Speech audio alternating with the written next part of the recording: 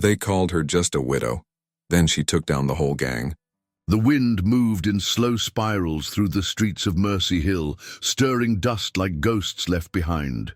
It was the kind of town that whispered more than it spoke, and lately most whispers ended with one name: Clara Walsh. They called her just a widow. She moved like a shadow now, silent through town with a basket of dry bread, her brown prairie dress faded from too many washings and not enough care. Her dark brown hair was tied back in a simple bun at the nape of her neck, and her eyes, once soft, were now a colorless kind of tired, the kind that sees too much but pretends not to. Every step she took seemed to echo with things left unsaid. She had buried her husband Elijah Walsh 6 months earlier, just outside their homestead, beneath the tallest oak for miles. They'd only been married 4 years. He was shot in broad daylight during a stagecoach raid gone bad, one led by Wade Brenner and his gang of killers. Everyone in town knew it. No one did a thing. Mercy Hill had no real law, just a sheriff who drank more than he rode and deputies who looked the other way when the Brenner boys passed through. The gang hadn't just taken Clara's husband, they'd taken her voice, her place, her life, until now. She stood outside her homestead, hands wrapped around a tin mug of coffee gone cold, staring across the open land as if expecting someone to ride in. The boards of the porch creaked behind her as Sheriff Amos Doyle stepped forward, hat in hand, eyes already apologizing. "They was seen near the ridge," he muttered. "Thought you ought to know." Clara didn't flinch. "They won't come here." Doyle shifted awkwardly. "Clara, if they do, you best ride for town. I mean it. You got no one to watch your back out here." She turned her head slightly, just enough to meet his eyes. No one watched Elijah's back either. The sheriff opened his mouth, then shut it again. He left without another word, boots crunching across dry earth, the silence around her falling even heavier than before. Inside the cabin, Clara's steps slowed as she approached the back wall, one plank slightly warped. She knelt down and peeled it away. Behind it, wrapped in an oilcloth, was her husband's Colt revolver, still bearing a faint fingerprint on the barrel. She hadn't touched it since the funeral, but today she cradled it. That night, Clara sat by a flickering lantern, reading Elijah's worn field notebook. The pages were filled with small observations, trading notes, prices of feed, and one page she had never dared to read until now. It was a list: names: Roy Cutter, Silas Greaves, Crane, Harlan Pike, Wade Brenner. Each one was etched in Elijah's precise, tidy handwriting. Under the last name, he had scrawled, "They ain't finished, and neither am I." Clara closed the book slowly. Her breath came hard, controlled. She wasn't just a widow anymore. She was a ledger, left unfinished. At dawn, she saddled Elijah's old grey mare, Lily, and rode to the cemetery. The air was cool and damp, and the grass around the graves clung to the hem of her dress. She knelt beside the grave that bore his name, hands resting in her lap. "I didn't know how to be angry," she whispered. "Not really. I just let it all sit inside me. Thought it'd go away." Her voice trembled, but she didn't cry. "But they're back. And if nobody else will remember what they did, I will." She took the revolver from her coat and set it gently beside the grave. "I never learned how to shoot," she said, "but I will." That evening, Clara rode to the edge of town under a fading sky.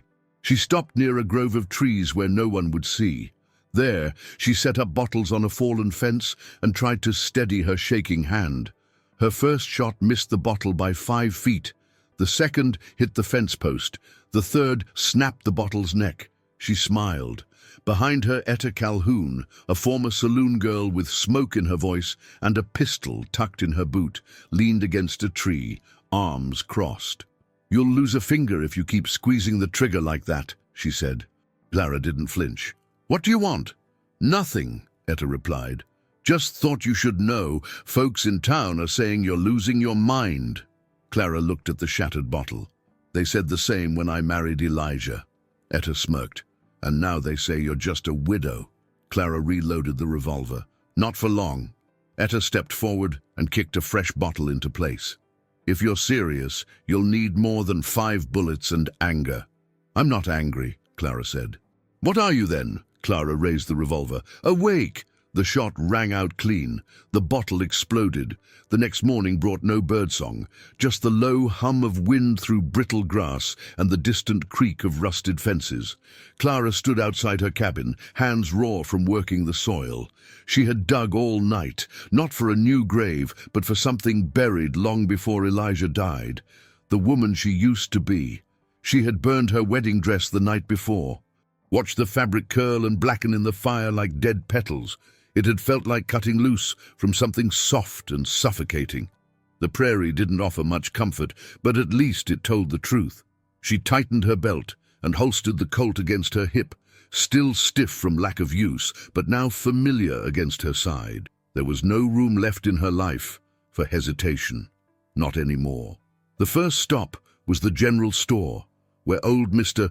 Beckett watched her with narrowed eyes as she entered. The place smelled like kerosene and mildew. Mrs. Walsh, he greeted, glancing at the weapon on her hip. Don't think I've ever seen you come in armed before. I'm not here for pleasantries, she said plainly. I need gun oil, a whetstone, and a box of 45 rounds. His lips twitched. What are you planning to shoot exactly? Clara dropped a coin pouch on the counter. Every name in Elijah's ledger. Beckett stared at her for a long time. Then, without a word, he gathered the supplies and slid them across the wood. As she left, she heard his mutter behind her. She ain't just a widow anymore. That afternoon, Clara returned to Elijah's grave, kneeling before it again, but not as a grieving wife. She came now as a woman reclaiming a vow. She brushed the dried grass from the headstone and opened her notebook. The sun bore down on her shoulders, heavy and relentless. She flipped to the page with the names and studied them like a scripture. Then she added a 6th name at the bottom, one not in Elijah's hand. Roy Cutter, maimed, not dead. He was still in town, licking his wounds and telling anyone who'd listen that the widow got lucky. Clara knew better. Luck was the excuse men gave themselves when they were outmatched by someone they never saw coming. She reached into her coat and took out Elijah's silver pocket watch, stopped forever at the minute he died. She clicked it open, stared at the hands, and then shut it with a snap. Time to move. Back in town, Etta Calhoun was waiting near the livery stable, her arms folded, boot tapping against the dirt. She wore a wide-brimmed hat low over her face and a pistol on each hip, making no effort to hide that she could draw faster than most men dreamed. You look different, she said as Clara approached. I buried what was left of me, Clara replied. Etta nodded approvingly. Good, 'cause Cutter's been bragging all morning that he plans to finish what you started. Clara glanced down the street. Where is he? Etta tilted her chin toward the saloon. Drinking through the pain, and talking like you shot off more than just his fingers. Clara didn't smile. I was aiming for his mouth. They walked side by side toward the saloon, slow and quiet like a pair of storms rolling in from opposite hills. The swing doors creaked open, and the room turned hushed. The piano player paused mid-note. Roy Cutter sat at the far table, hand bandaged, and a bottle of rye sweating beside him. His face twisted when he saw Clara. Well, he said, if it ain't the preacher's widow, come to deliver another sermon. I'm not here to talk, Clara said. Roy raised his left hand mockingly. You already took this. What more do you want? She stopped 2 steps from his table. Justice, he snorted. Justice is for men. You're just a woman. Clara didn't argue. She simply drew her revolver and fired. The bullet tore through his good hand and embedded in the table. He screamed, toppling backward in his chair. The room exploded in shouts, but no one intervened, not even the barkeep. Clara stepped closer and leaned over him as he writhed on the floor. You'll live, she said. So you can crawl back to Wade and tell him I'm coming. Roy whimpered something incoherent. Clara didn't care. She turned and walked out. Etta followed, her boots clicking softly on the floorboards. Outside, the town was silent. Every window watched them. Every soul wondered if the stories were true. They were. That evening, Clara sat in her cabin, with the revolver disassembled across the table, cleaning each piece by firelight. Etta leaned in the doorway, sipping from a tin cup. "You ever kill a man before?" she asked. Clara didn't look up. "Not yet." "Then you better get used to what it feels like after." Clara reassembled the cylinder with steady hands. "I felt worse." Etta studied her. "You're changing." Clara paused. "No, I'm remembering." A knock came at the door. Clara rose slowly and opened it to find a young boy, barefoot and dusty, no older than 10. It was Jed, son of Martha Green, the laundress. His cheeks were streaked with tears and dust. "They hurt my ma," he choked out. "Said she helped you." Clara's eyes darkened. "Who?" "Silas, and the one with the scar. Crane." Etta stepped beside her. "Where'd they go?" Jed pointed toward the canyon trail. "Said they was headed back to camp." Clara bent down and looked Jed in the eyes. "Tell your mother to pack and go to the church. Stay there." He nodded and ran. Clara turned to Etta. "Tomorrow, we start with Silas." Etta grinned, tossing her empty cup aside. "Now we're talking." Dawn broke with a burnt-orange sky stretched wide over Mercy Hill, casting long shadows that bled across the dust. Clara had slept with her boots on, revolver beside her, body stiff with resolve. The wind carried with it the scent of horses and smoke, faint but present. It reminded her of Elijah's funeral, that same dry stillness before a storm. She tightened the straps of her holster and stepped outside. Etta was already there, perched on the porch rail, nursing a black eye she hadn't had the night before. Clara paused. "Who?" "Crane," Etta muttered. "Came sniffing around the stables last night. Thought he could teach me a lesson about loyalty." "Where is he now?" "Riding back to the hills with Silas, but not before he told me where they'd be holed up. Some canyon shack Wade's men use when they're passing through." Clara studied her, noting the blood on her knuckles. "You get your hits in?" Etta grinned, despite the swelling. "Left him with a few teeth fewer than God gave him." Clara mounted her horse. "Let's go finish what you started." The ride to Red Hollow Pass was long, the trail narrow and snaking through dead rock and dry grass that hissed beneath the hooves. The landscape stretched desolate on all sides, a place made for hiding or dying. They dismounted a half-mile out and approached on foot. As they crept closer, Etta pointed silently toward a patch of brush below. A worn lean-to stood crooked against a stone face, smoke curling weakly from the chimney. 2 horses were tied out front. One was limping. "They're here," Clara whispered. She unholstered her revolver and cocked it with a click that seemed to echo too loud. Her hand trembled once, then steadied. "I'll circle left," Etta murmured. "You wait for the shot." Clara nodded and crouched low, making her way along the ridge. Every step reminded her of the day Elijah was killed. How she'd heard the gunfire, how she'd run from the house barefoot and bleeding, how she'd screamed his name but found only silence and blood in return. Now it was their turn to feel that silence. She reached the side of the shack, heart hammering, a voice inside, Silas, rough and slurred. "Town's rattled," he said. "The damn widow's out for blood. Can you believe that? Wade thinks she's bluffing. I ain't so sure." Then came Crane's laugh. "I ain't scared of some sad-eyed widow with a shiny gun. She won't make it past the canyon." Clara's knuckles whitened around the grip of her revolver. Etta's shot cracked through the air. Glass exploded from the window. Screams. Movement. Clara kicked the door in just as Crane turned to draw. She shot him in the leg. He went down screaming, dropping his pistol, clawing for the wall like it would save him. Silas spun and fired once, missed. Clara shot him clean in the chest. He staggered back, collapsing onto a table that snapped beneath him. His body twitched, then went still. Crane howled, crawling backward across the floor, blood smearing behind him. "Please, please, don't!" Clara stepped over broken glass and crouched beside him. "You remember a stagecoach," she said, "6 months back. You held a gun to a man's throat while your friends laughed. Crane blinked in panic. I didn't shoot. Wade did that. Elijah didn't get a chance to beg either, she said. Then she raised the revolver. The shot echoed through the canyon. They buried Silas under a pile of stones and left Crane to the vultures. Etta didn't speak for a long while. Finally, as they rode back toward Mercy Hill, she broke the silence. "You okay?" "No," Clara replied, "but I'm cleaner inside than I was yesterday." Etta turned her head slightly. "You didn't have to kill him." "Yes, I did." That night, word reached the town before Clara even returned. The saloon buzzed with whispered stories. "They say she walked into the shack like the ghost of vengeance," someone muttered. "Shot 2 of 'em clean," said another. "Didn't blink once." A few laughed nervously, trying to pretend they weren't afraid, but no one mocked her now.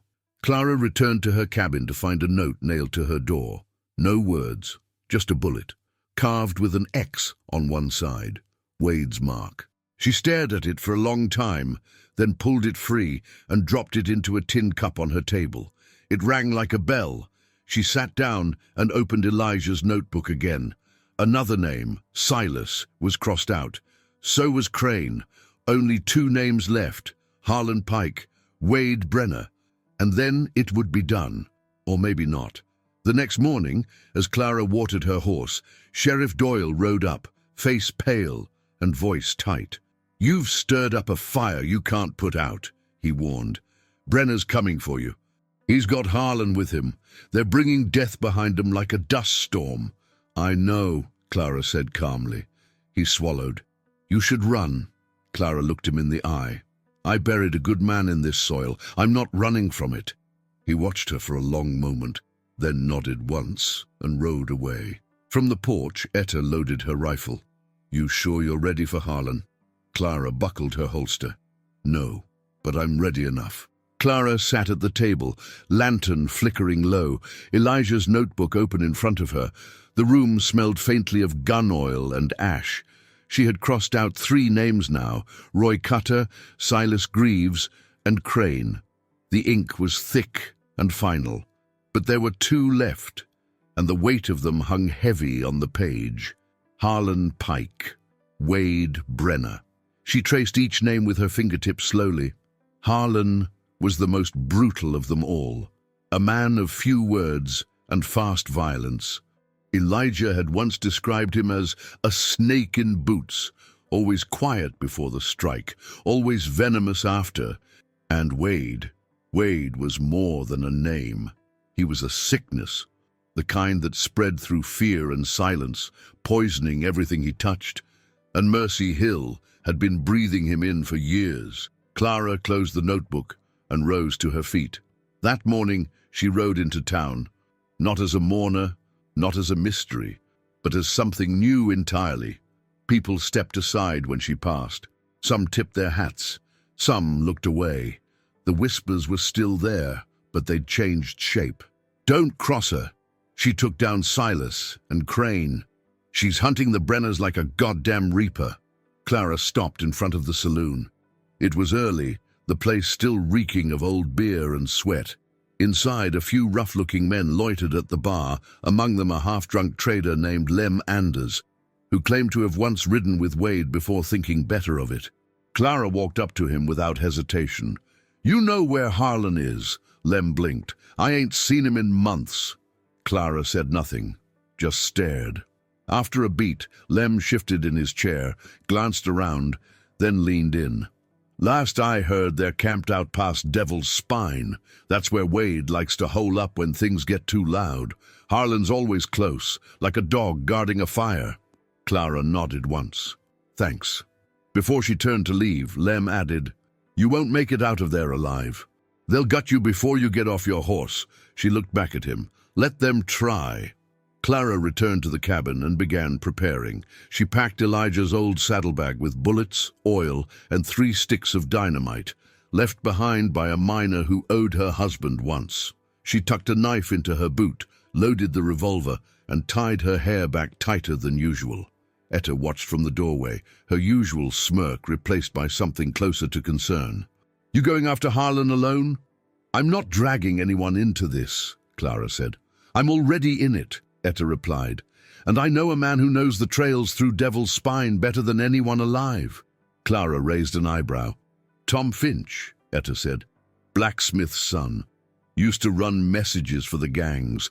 Got out after Harlan shot his brother. He hates them more than you do. Clara hesitated. I don't trust Easy. You don't have to, Etta said. Just trust that he wants them dead too. That afternoon, Tom arrived at the edge of the property, a lanky man in his late 20s, his face carved with old scars and a grim sort of intelligence in his eyes. He looked at Clara with something between awe and respect. You really did it, didn't you? He said. Silas, Crane, Neve and Roy. They made their choices, Clara said flatly. Tom nodded. So did I. I'll show you the canyon trails, but there's a catch. What is it? When we find Harlan, he said, I want the first shot. Clara studied him, then gave the slightest nod. He's yours, if you can get to him first. The three of them rode out at dawn, leaving the soft hills of Mercy Hill behind. The land grew sharper, crueler. Red cliffs cut the sky like broken teeth. Dust stung their faces, and the sun beat down like a forge. Tom led the way, pointing out narrow paths and hidden ridges. Harlan uses the high caves, he explained. Keeps lookouts on the ridge, fires low, horses tethered in a dead gully so they don't echo. It's smart. He's a coward, Clara said. Tom glanced back. Cowards tend to live longer. They made camp just before nightfall. Half a mile from the ridge Tom called the Spine's Jaw. Below, they could see the dim glow of a campfire flickering between the rocks. Etta checked her rifle. How many do you think? Maybe 4, Tom said. Could be more. Doesn't matter, Clara muttered. As long as one of them is Harlan. They waited until midnight. The moon was low, the fire below nearly out. Tom took the lead, crawling along a narrow ledge with Clara and Etta behind. Every rock they displaced felt like thunder, but the camp was quiet, too quiet.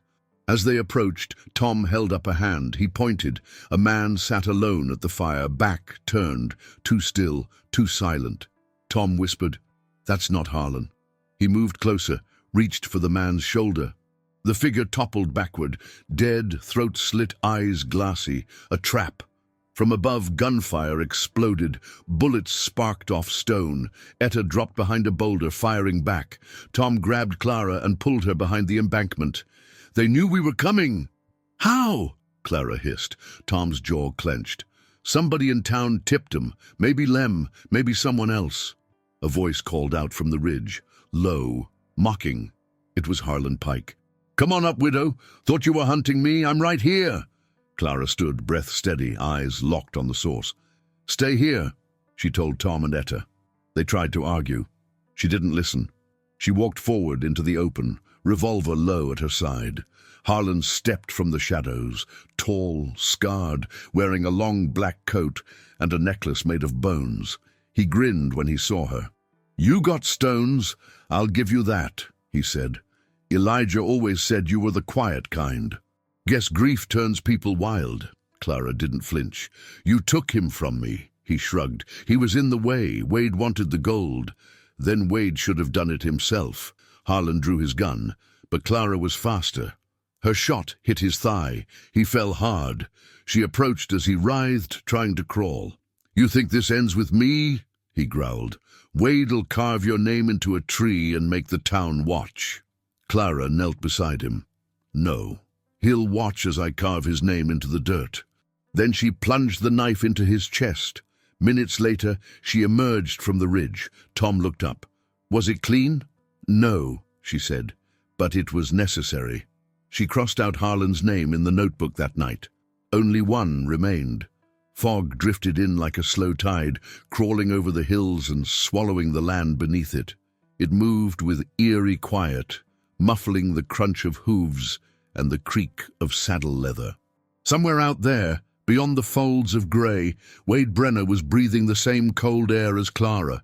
He just didn't know yet that he was already being hunted. Clara stood on the ridge above Foster's Crossing, a broken little outpost just east of Mercy Hill, long abandoned since the gold ran dry. It was the last place Wade's gang had been spotted, 2 riders seen by a rail worker before dawn, disappearing into the fog. One was said to be Wade, the other unknown. Clara closed Elijah's notebook. Only one name remained, Wade Brenner. The page was smudged where she had touched it too many times. Her fingers traced the edges of the cover, worn soft by use. It was Elijah's handwriting, his anger, his burden. Now it was hers. Etta stood nearby, rifle resting on her shoulder. This the place? Clara nodded. He won't run again. Not now. You sound sure. He wants to end it just as much as I do. Men like him don't hide. They wait. And they make it look like a trap you walked into yourself. Etta looked at the fog rolling across the hills like smoke. Then let's make him choke on it. They spent the day preparing. Tom Finch rode down to Mercy Hill to gather what little dynamite remained from the mining shack west of town. Clara and Etta set up blind spots among the rock and scrub that overlooked the road Wade would have to take if he wanted to reach water again. They laid tripwires, set signals, made noise in the places they wanted him to look, and left the real path quiet as the grave. The trap was ready before nightfall. All that was left was waiting. In the stillness of midnight, as the fog thickened and the temperature dropped, hoofbeats echoed through the silence, slow, deliberate, like the ticking of a funeral clock. Clara lay prone on the high ground, eyes fixed through the haze. And there he was, Wade Brenner, riding alone, black hat low, duster flapping like wings. He sat tall in the saddle, one hand on the reins, the other resting casually near his revolver. He looked unafraid. Clara knew why. He wasn't afraid of women. He wasn't afraid of lawmen or fire or God. He was afraid of being forgotten. Wade reined in near the edge of the pass and turned his head slowly. "Clara Walsh," he called. His voice was clear and calm, like he was addressing a congregation. "I figured you'd come. You got a taste for blood now. Smells good, don't it?" Clara stood up slowly, dust falling from her coat. "It smells like justice." He dismounted and dropped the reins. "Let's not play pretend. You want revenge, not justice." "I wanted justice 6 months ago," she said. "But no one else did." He smiled. "Then you finally learned what kind of world this is." She stepped closer. "No, I'm here to end the one you built." Without warning, Wade drew and fired. Clara dove behind a boulder, the bullet chipping stone above her head. Etta's rifle cracked from the left ridge. Wade ducked low, rolled, and disappeared into the fog. Then everything was still. For several long minutes, no one moved. Then the faintest sound, a boot scuffing dirt. Clara shifted and fired into the fog. Nothing. Then behind her, movement. She turned, and Tom tackled someone to the ground. There was a struggle, grunts, then a gunshot. Clara ran toward them, heart pounding. Tom stood, hand bleeding, the body of Wade's last rider, a young man no older than 20, at his feet. "He got a shot off," Tom said. "I'm fine. Go." Clara sprinted into the fog. She heard a click. Too late. Wade's pistol was pressed to her back. "Drop it," he said. She didn't. He pressed harder. "You killed 6 of mine. I should drag you behind my horse until nothing's left." "You won't," Clara said. "Why not?" "Because you're scared of me." He laughed, short and bitter. "I made you, Clara. You were nothing, a preacher's wife with a tired smile. Now look at you, guns, blood, death. You think Elijah would even recognize you now?" She closed her eyes. Probably not. Then she spun, knocking the gun aside, and slammed her fist into his throat. He choked, stumbled back, but didn't fall. They grappled, clumsy and brutal. She managed to slam his head against a boulder. He staggered. She grabbed her revolver from the ground. Wade looked up, blood on his lip. "You shoot me, that won't make you clean." "I'm not trying to be clean," she said. Then she fired. The fog swallowed the sound, but it didn't hide the finality. Clara stood over Wade's body for a long time. His hat had rolled to the side, and one of his boots was missing. He didn't look powerful anymore, he just looked small. Tom and Etta found her there as dawn broke, the sun cutting through the mist in gold threads. Tom said nothing. Etta only asked, "It done?" Clara looked at them both. "No," she whispered. "It started." Back in town, the people of Mercy Hill gathered in silence as Clara walked her horse down Main Street, Wade's gun belt tied to the saddle horn. She dismounted at the steps of the church, dropped the belt in front of the doors, and walked away. No fanfare, no words, no need. That night, she sat at her kitchen table, Elijah's notebook in front of her. She opened it one last time. Wade's name was still there. She drew a single line through it. Not heavy, not violent, just final. The bell at the church tower rang once, loud and low, echoing across Mercy Hill like a warning no one asked for. The sky was overcast, heavy with storm that refused to fall. The streets were quiet, but not empty. Faces peeked through lace curtains. Eyes followed every step she took. Clara Walsh had returned from the ridge alone. The last time she walked this same path, she had been a wife. The next, a widow. Now, even the word widow didn't seem to fit. Something had shifted in the way people looked at her. Some watched with fear, others with awe, but no one saw her as harmless anymore. She had taken down Wade Brenner, the man they once whispered about like a shadow made of smoke and bullets, and she had done it without asking for permission. The old sheriff, Amos Doyle, waited on the edge of the saloon porch, hat in hand. When she approached, he didn't meet her eyes. "I heard what you did," he muttered. She stopped, calm. "You heard or you saw?" He shifted on his feet. "Man like Wade don't go down easy. Town's safer now. But what you did, what you became to do it." He let the sentence hang like smoke. Clara said nothing, just looked him in the eye. "You wanted him gone. You just didn't want to be the one who pulled the trigger." Doyle swallowed hard. "I didn't have the right." Clara's voice was low, firm. Neither did he, and that didn't stop him. She walked past him, leaving the sheriff alone with his guilt. At the church steps, Martha Green waited with her son Jed, the boy who once ran to Clara with tears and warnings. Now he stood tall beside his mother, eyes wide, not with fear, but with something closer to pride. Martha stepped forward. "I heard they're all gone," she said. "They are," Clara replied. Martha's eyes watered. "And you? Are you still here?" It was a strange question. Clara understood it too well. "Not all of me," she answered. She knelt to Jed and pressed something into his small hand, Elijah's pocket watch. The boy looked up at her, stunned. "He'd want someone who notices time," she whispered, "and someone who knows what it means when it runs out." Jed clutched it tight and nodded, too overcome to speak. Clara returned to her cabin that night alone. The notebook lay on the table, pages still, quiet now. Every name had been crossed. The list was finished, the ledger settled. And yet, the silence in the room didn't feel like peace. She looked at her reflection in the dark window. The woman who stared back didn't weep, didn't tremble, didn't hide, but she also didn't smile. There were no tears left, just the hollow echo of everything she had let go to become what she was now. 3 days passed. Then came the letter, left on her porch, unsigned. The handwriting was rough, jagged, the kind a man might scrawl while hiding in a barn with blood drying on his hands. "Heard what you done. Don't think you're done with the likes of Brenner. He was just the first.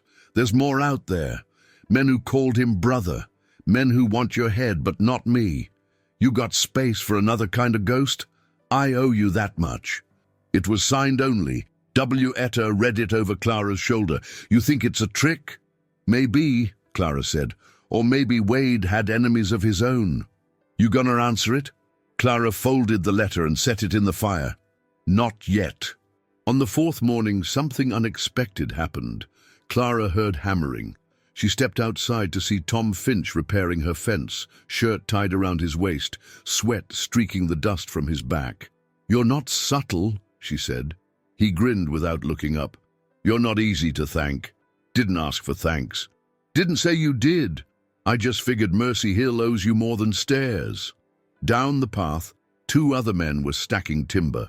Earl Boone, the baker, Sammy Rios, the town drunk. Both avoided her gaze, but their hands worked with quiet determination. "What is this?" she asked. Tom straightened, wiped his forehead, and looked her in the eyes. It's what people do when they stop being afraid. That night, the stars returned. Clara sat outside with Etta, both women wrapped in coats against the rising chill. Etta sipped whiskey from a tin cup and passed it over. "So what now, widow?" Clara took the drink, stared at the sky. "Not a widow anymore." Etta raised an eyebrow. "Then what?" Clara didn't answer right away. She looked at her hands, hands that had held a shovel, a revolver, a life. "I became the story they tried to write for me," she said. "And then I rewrote it." Etta clinked her cup against Clara's. "To the woman they didn't see coming. To the woman they'll never forget." In the morning, a traveler came through town. He asked the saloon keeper, "I heard there's a woman here. Took down a whole gang by herself. Is that true?" The barkeep didn't blink. "No one takes down a whole gang alone." He poured the traveler a drink, then added quietly, "But if someone did, she'd be buried in that cabin just outside of town. Not her body, just everything they thought she was." The traveler raised an eyebrow. "What's her name?" The barkeep leaned in. "They used to call her just a widow."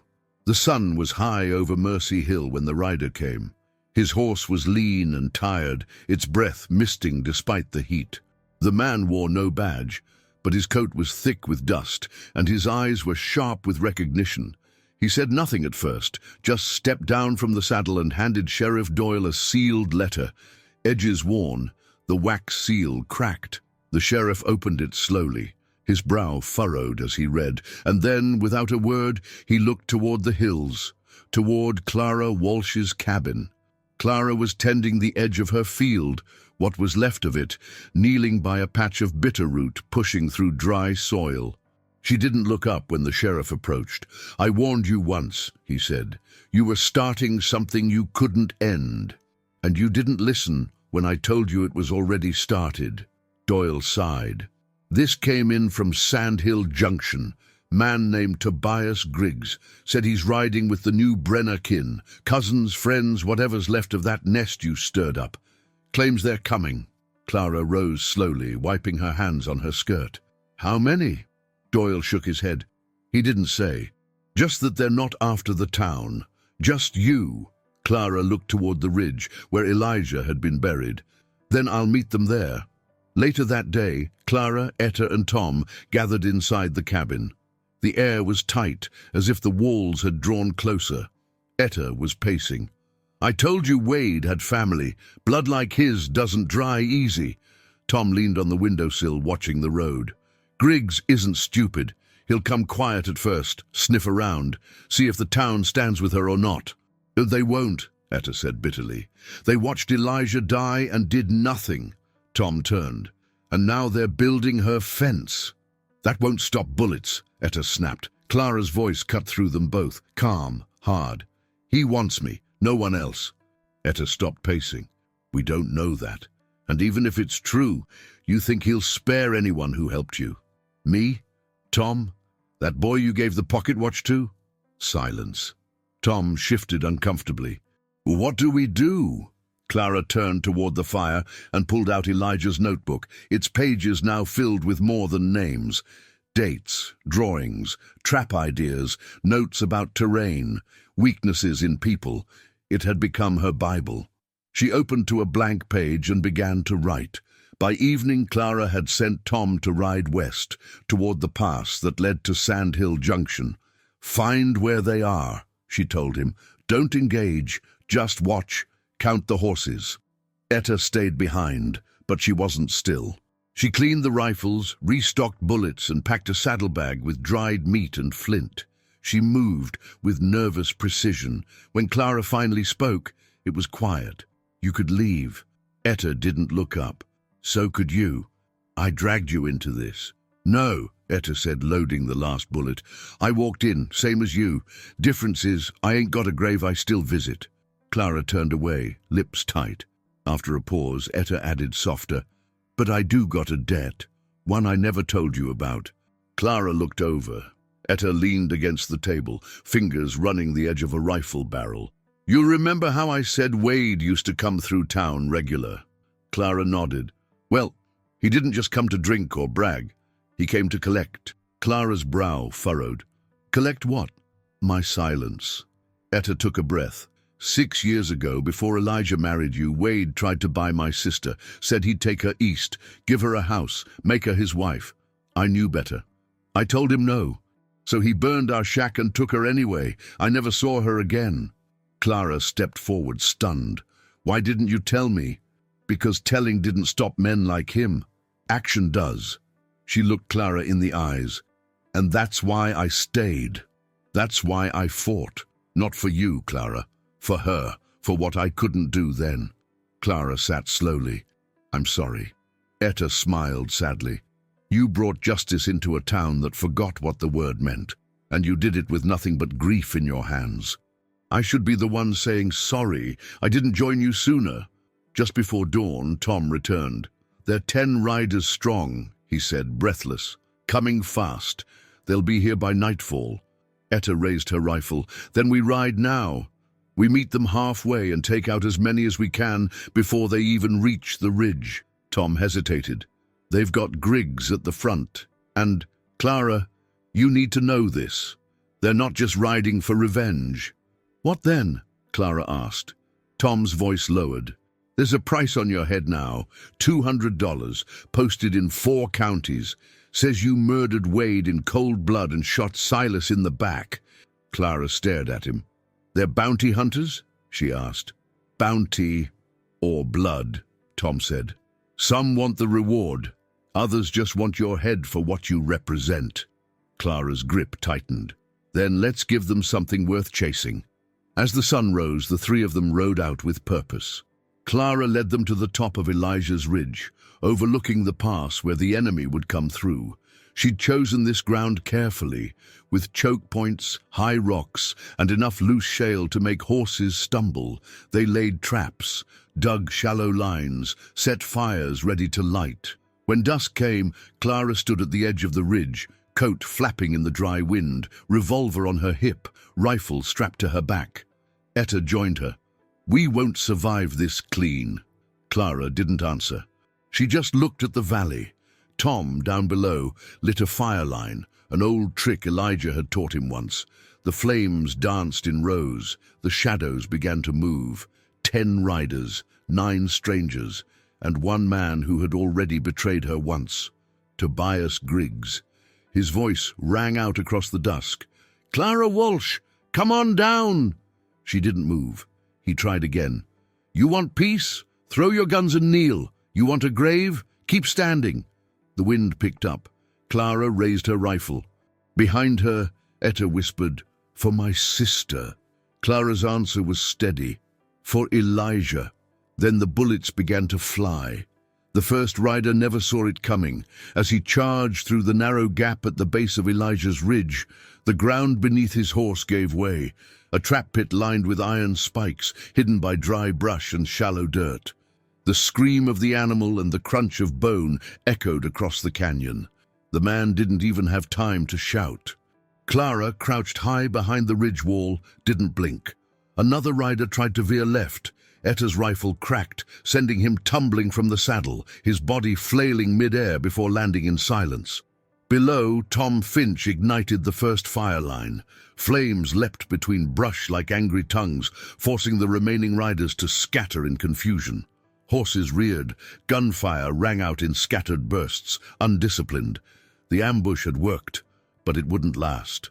Clara shifted position along the ridge, aiming carefully and firing into the chaos.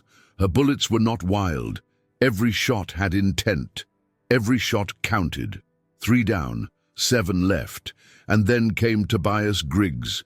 He rode through the fire like a phantom, black coat trailing behind him, teeth bared in a grin of disbelief. "You think this little hill saves you?" he shouted. "You're just another ghost, Clara. Just another name they'll bury." She answered with a shot to his shoulder. He reeled in the saddle, spun his horse behind a rock and vanished from view. Below, two more riders dismounted and charged the slope on foot. Tom met them halfway, firing, reloading, shouting through gritted teeth. He dropped one with a shot to the chest. The other, a broad-shouldered man with a scar across his neck, tackled him to the ground. Clara pivoted fast, lined up a shot, but the man dragged Tom behind a boulder. She hesitated, a second too long. A bullet grazed her shoulder, spinning her backward behind cover. Her rifle clattered down the rocks. Blood soaked the sleeve of her coat, heat and sting flaring all at once. Then came a second sound. Etta, crying out. Clara looked toward the far edge of the ridge. Etta was on the ground, clutching her side. Blood spread fast beneath her, dark and wet against the rocks. One of the riders had made it farther than they'd expected, a thin man with 2 revolvers and a knife in his belt. He stood over her now, lifting a boot to stomp her weapon away. Clara didn't think. She grabbed her sidearm, aimed one-handed and fired. The bullet struck him dead in the throat. He fell without sound. Clara crawled to Etta, sliding across gravel and dust. "Stay with me," she breathed. Etta's smile was faint, shaky. "Told you. Not clean." Clara pressed her hand against the wound. "I'm getting you down the hill. No time." "Yes." "No," Etta said firmer. Her hand gripped Clara's forearm. "I've seen this road. I'm near the end of it." Clara's eyes burned, but the tears didn't come. "I can't lose you too." "You won't," Etta whispered. "You carry me now, like I carried her." Clara closed her eyes. "Elijah would be proud," Etta said. Then her hand loosened and didn't tighten again. The fire was dying down below. Only 2 riders remained, one circling toward the left and Griggs still hiding behind the ridge wall. The rest were either dead or running, the canyon littered with bodies and smoke. Clara stood over Etta's still form, blood drying on her palms, rage thudding in her chest like a war drum. She picked up Etta's rifle, strapped it to her back, and walked down the hill. No cover, no stealth, just the wind and the weight of vengeance. The first man spotted her and fired, missed wide. She didn't. The bullet hit him in the hip, and before he could rise again, she ended it. One left. Griggs. She found him limping through the rocks, trying to mount a half-blinded horse. His wounded shoulder hung uselessly at his side. His face twisted in panic as she approached. "Don't, Clara, don't," he stammered, holding up a shaking hand. "I didn't want this. They came to me. I just passed the word." Clara stopped 10 feet from him, revolver leveled. "You set them on me. I didn't know they'd kill your friend. Liar. I'll ride out. You won't see me again, I swear on—" "You swore on nothing," she said, "and that's all you're worth." He went for his gun. She shot him through the heart. Silence fell over Elijah's ridge. Not peace, just the absence of noise. The stillness after the storm, the kind that comes only when everything that could be lost already was. Clara stood among the bodies, her coat torn, her shoulder bleeding, her heart hollow. She looked down the hill. Tom was kneeling by the body of the man who had tackled him. He was breathing heavy, his eyes wide and glassy. When Clara approached, he looked up. "She's gone," he whispered. Clara nodded. "She saved us." "She saved me," Clara corrected. She reached into her pocket and pulled out the last bullet from Wade's revolver, the one she'd saved. She placed it in Etta's hand. "She never got justice," she said. "Only vengeance." Tom looked down at the ridge. "What now?" Clara stood in the wind, staring at the sky beginning to darken with storm. "We bury the dead," she said, "and make sure no one forgets who they were." That night, Mercy Hill lit lanterns across its streets, not for celebration but for mourning. A line of townsfolk followed Clara and Tom as they carried Etta's body to the old graveyard near the church. No one spoke. No one dared. At the burial, Sheriff Doyle stepped forward. "She was many things," he said. "But most of all, she stood." And then Clara stepped to the front. She said nothing. She simply placed Etta's hat on the grave marker. Carved into the wood, it read, "Etta Calhoun. She stayed when others ran. She fought when others watched." In the dark, back at her cabin, Clara took out Elijah's notebook one last time. She wrote a final name, Etta, and beneath it, she didn't cross it out. She underlined it, twice. It rained for the first time in weeks. The kind of rain that didn't come with thunder or spectacle, just steady, cold, and relentless. It turned the dust in Mercy Hill into mud. It softened the dry wood of the church steps. It soaked the coat on Clara's shoulders as she stood motionless in front of the graveyard. There were 11 graves now, 6 for the Brenner gang, 3 for their kin, 1 for Elijah, and 1 for Etta Calhoun. Clara stood before Etta's marker, her hat pulled low, the notebook clenched in her hand, now swollen with water and stained with dirt. The pages fluttered gently in the wind, the ink beginning to bleed into itself. Her fingers tightened around it. Etta was gone. Elijah was gone. The blood debt had been paid, but the cost was everything she once was. The town was quiet.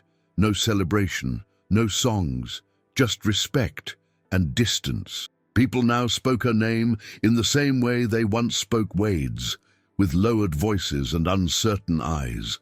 They didn't know whether to thank her or fear her, and maybe that was the point.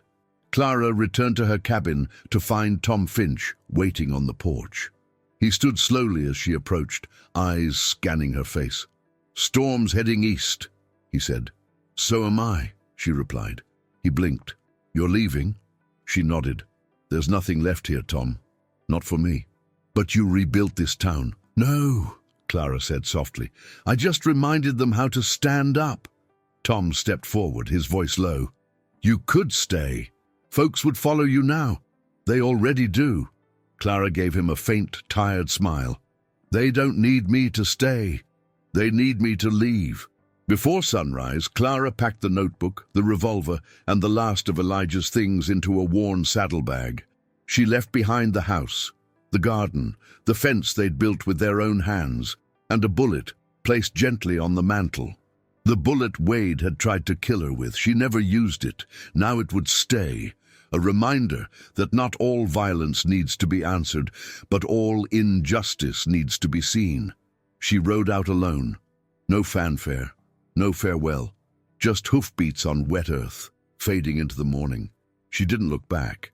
Along the northern trail, she stopped once, at a narrow ridge known by travelers as the Devil's Teeth, named for the jagged stones that rose like bones from the ground. There, she found a man waiting. He wore a tattered coat, no hat, no weapons, just eyes full of years. "Name's Jonas," he said. "I rode with Wade once.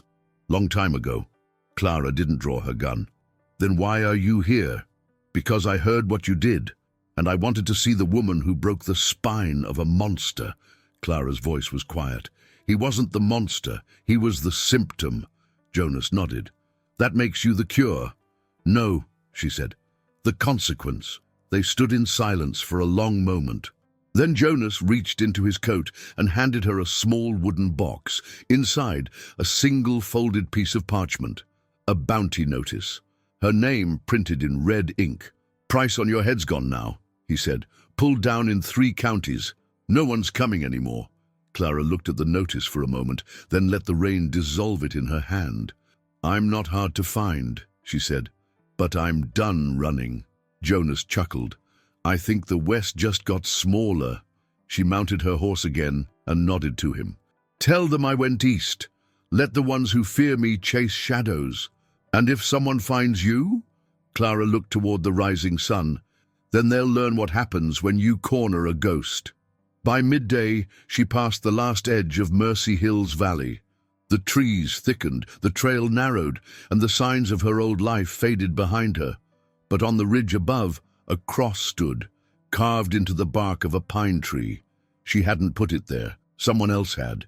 Below the cross, scratched in a child's careful hand, were 4 words. "She made us safe." Clara dismounted, knelt before the tree, and pressed her hand against the mark. Then she rode on. Back in Mercy Hill, the people changed. The saloon grew quieter. Men stopped whispering and started asking questions. The sheriff stopped drinking before noon. and children, especially one named Jed, began playing again in the dirt streets without looking over their shoulders, because the town remembered. Not just the gang that once ruled it, but the widow who didn't break, the widow who didn't wait for rescue, the widow who fought back. The town never found out where she went. Some said she crossed the eastern hills and disappeared into the old mining trails near Laramie. Others swore she joined a group of settlers riding toward the territories, seeking a quieter life. A few believed she didn't ride far at all, just far enough to no longer be found by those who didn't deserve to. But one thing was never doubted again. Clara Walsh was not just a widow. Her name became something else entirely, a story. It passed from mouth to mouth like sacred truth whispered over campfires. Did you hear about the widow who took down the whole gang herself? They say she shot 5 men without blinking. No, 6, 7, one of them with a knife. Another one fell on his own trap trying to run. I heard she stood over Wade Brenner and made him beg. She didn't make him beg, someone else would say, low and sure. She made him dig. A year passed, then another. Mercy Hill rebuilt slowly. Fences were mended. The school reopened. The saloon changed owners, and Sheriff Doyle stopped wearing his badge on Sundays. The people didn't forget what had happened, but they stopped letting fear lead their choices. And every now and then, a rider would stop through town, ask about the graves on the ridge, or the pocket watch the church boy carried in his vest. They would hear the tale and keep riding quietly. But one spring morning, 3 years to the day after Wade Brenner was buried in a shallow grave just beyond Elijah's Oak, a small boy ran down the main street, out of breath. "Someone's coming!" he shouted. "Rider from the east!" People gathered slowly at the edge of town, cautious but curious. The rider moved slow, horse-tired but cared for. It was not Clara Walsh, not even close. It was a girl, barely 20, with dark hair tucked under a worn hat and a bandaged hand. She dismounted stiffly and looked around. "I'm looking for someone," she said. "A woman who used to live here." The townsfolk exchanged looks. "Depends who you're asking after," said the new barkeep. "She wore a long coat, brown, had a book full of names. I think she saved my mother once." Silence fell over the crowd. Then Martha Green stepped forward. "She ain't here," she said gently. The girl's face dropped. "Oh, but what do you need her for?" Martha asked. The girl pulled out a small folded paper. It was smudged, weathered. "She told my mother once, when you can't find safety, find the people who remember why it matters." She wrote down Mercy Hill. The girl unfolded the paper. There was no signature. Just one line: "If they remember what was done to you, they'll know what to do next." That night the girl was offered a bed, a meal, a promise of work, no questions asked. And the next morning a new name was etched into the wooden marker beside the church. Not a grave, a tribute. Clara Walsh. She buried fear and planted roots. She was not a ghost. She was the beginning. Far from town, in a valley where the grass bent to no one and the sky stretched wide and blue forever, a small cabin stood. It wasn't much, just a roof, a porch, and a view of the mountains. Inside, Clara sat at a table, feet bare, coat hung by the door, hands stained with ink and soil.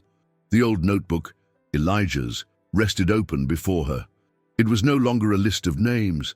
It was now a book of stories, of towns saved, of women who didn't run, of men who learned fear, and of what it takes to stop a cycle passed down through silence. She closed the book, stepped out onto the porch, and watched the wind dance across the tall grass. No gun on her hip, no revenge in her chest, just breath, and the sound of something growing again. She had no need for titles now, no need to prove what she was, because the world had already spoken. They called her just a widow, and she let them, until they learned she was never just anything. If this story moved something in you, if Clara's journey made you reflect on what it means to rise after loss and to become more than what the world expects, share your thoughts in the comments below. We'd love to hear your voice. And if you believe in stories that honor resilience, justice, and quiet strength, don't forget to subscribe. There's more to come.